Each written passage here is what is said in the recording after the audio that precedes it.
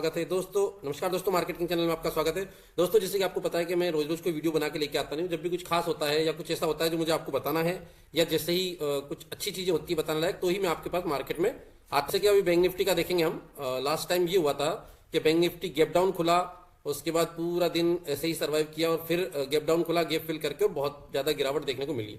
यानी कि अगर देखा जाए डे टाइम फ्रेम में, तो पिछले 4 दिनों में जो हमारी गिरावट मिली है वो हमें 54,600 के लेवल से गिर के और हम आ गए हैं 53,000, लगभग लो लगाया 600 का। यानी कि देखा जाए तो 50,600 का, यानी 3,000 पॉइंट बैंक निफ्टी गिरा हुआ है पिछले 3 से 4 दिनों में, 4 दिन में। ठीक है, तो कहीं ना कहीं हमें ये समझना होगा चीजों को कि ये प्रॉब्लम्स क्यों हो रही है और कब तक हो सकती है ऐसी चीजें। तो दोस्तों, एक तो सपोर्ट बनता है आपका 200 डीएम।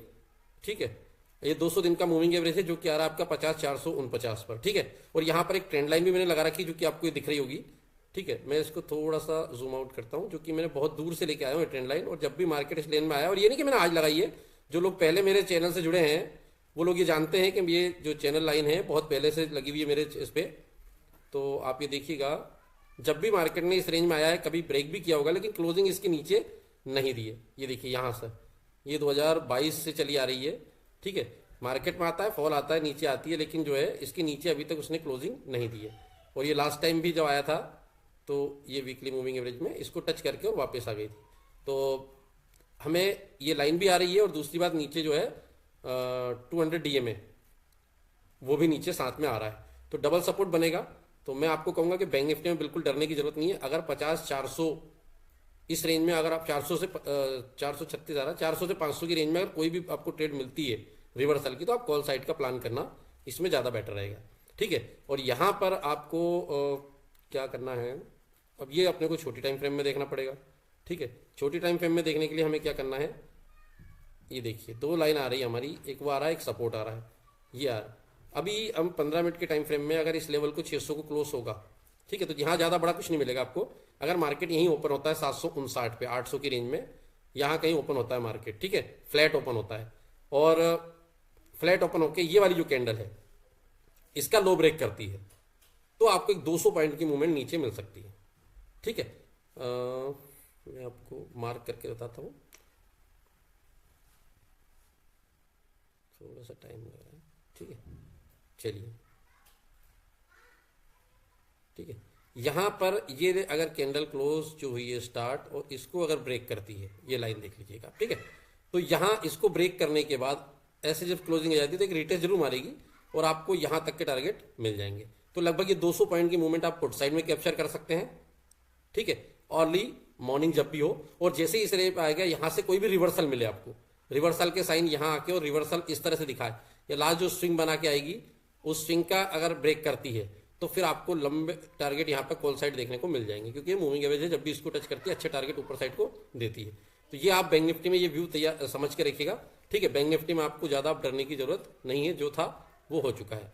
अब बना हमारा निफ्टी का, सेम निफ्टी में भी वही लेवल आ रहा है, मैंने निकाला था अभी। निफ्टी में भी आपका जो है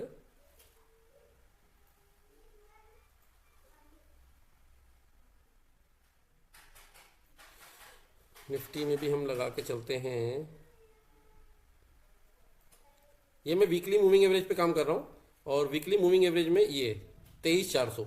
ठीक है, और इसमें मैंने शायद लाइन लगाई थी, हट गई होगी पता नहीं, पर फिर भी हम लगाते हैं दोबारा से। तो हमारी लाइन ये चलेगी, यहाँ से क्लोजिंग बेसिस पर रहेगी लाइन। ठीक है, एटलीस्ट, और यहाँ से आएगी, नेवर डाई टू इट, में भी थोड़ा वो नीचे आ सकती है क्लोजिंग बेसिस पे ये। ठीक है,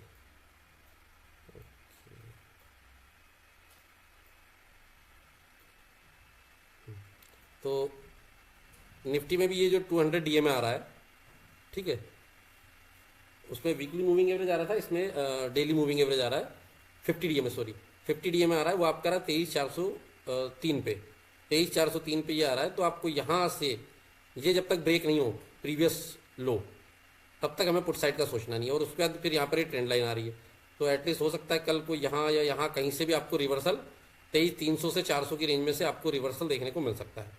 ठीक है, 587 पे है, तो अगर ज़्यादा बड़े टारगेट ना ले जाए तो पुट साइड की सोच सकते हैं। लेकिन अगर आपको छोटे टारगेट यानी कि 50-60 पॉइंट अगर आप चाहिए तो वो फिर आपको यहाँ पे मिल सकते हैं, नो प्रॉब्लम। और ये देखिए निफ्टी,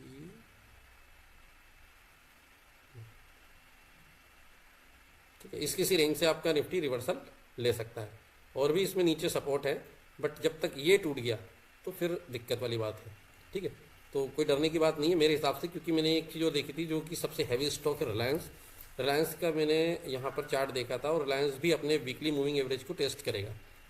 और वीकली मूविंग एवरेज जो रिलायंस में आ रहा है वो आ रहा है 1180 और रिलायंस चल रहा है 1205 पे। ठीक है, ये देखिए रिलायंस चल रहा है आपका 1205 पे और वीकली मूविंग एवरेज वहाँ से सिर्फ 25 पॉइंट दूर है।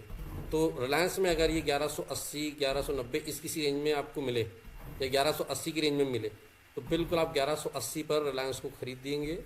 और लास्ट स्विंग जो बन रहा है आपका, वैसे तो स्टॉक है और इतना बुरा स्टॉक है नहीं, हैवी वेट है, तो इसमें आप 6 महीने तक की अगर होल्डिंग करेंगे तो अच्छे रिटर्न यहाँ पर आपको मिल जाएंगे।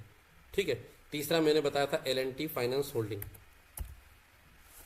LTF का मैंने स्टॉक बताया था, वहाँ से मार्केट गिर चुका है। L&T फाइनेंस लिमिटेड, हाँ ये ठीक है, मैंने इसमें 133 का एसएल बताया था, लेकिन आप अगर एसएल ना रखें स्टॉक में तो ज़्यादा बेटर है। मैंने आपको लास्ट स्विंग बता दिया था, एसएल 133 का जो भी था 100 उस समय यहाँ चल रहा था 50-48 पे, यहाँ से इसने रिवर्सल दिखाया था। बट ये जो है 126 की रेंज में आप एवरेज कीजिएगा इसको। अगर L&T किसी ने लिया है तो 126 की रेंज में आप इसको एवरेज कीजिएगा, यहाँ से ये आपको अच्छे रिटर्न देगी। और फाइनेंस कंपनी है, फाइनेंस सेक्टर है। देखो फाइनेंस सेक्टर के लिए मैं इसलिए आपको हमेशा बोलता हूँ कि फाइनेंस कुछ सेक्टर ऐसे हैं जिनमें आपको कभी डरने की जरूरत नहीं है, उनमें आज नहीं तो कल आपको अच्छे रिटर्न मिलेंगे। अभी मार्केट में थोड़ा सा क्राइसिस चल रहा है, ठीक है। अच्छा, रही बात टाटा मोटर्स की, टाटा मोटर्स का जो 200 DMA है, वीकली मूविंग एवरेज है, ये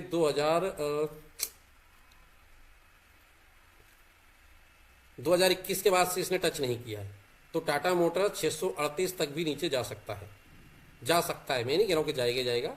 अच्छा, इसको डेली में अगर देखेंगे तो डेली मूविंग एवरेज में तो डेथ क्रॉस ओवर बन रहा है, तो यहाँ से और भी लगभग 80-90 पॉइंट टाटा मोटर्स नीचे जा सकता है। ठीक है, सपोर्ट उसका यही बनेगा जो हम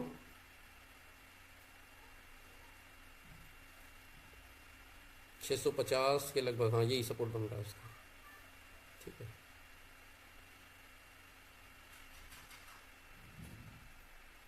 जी ये सपोर्ट बनेगा टाटा मोटर्स का।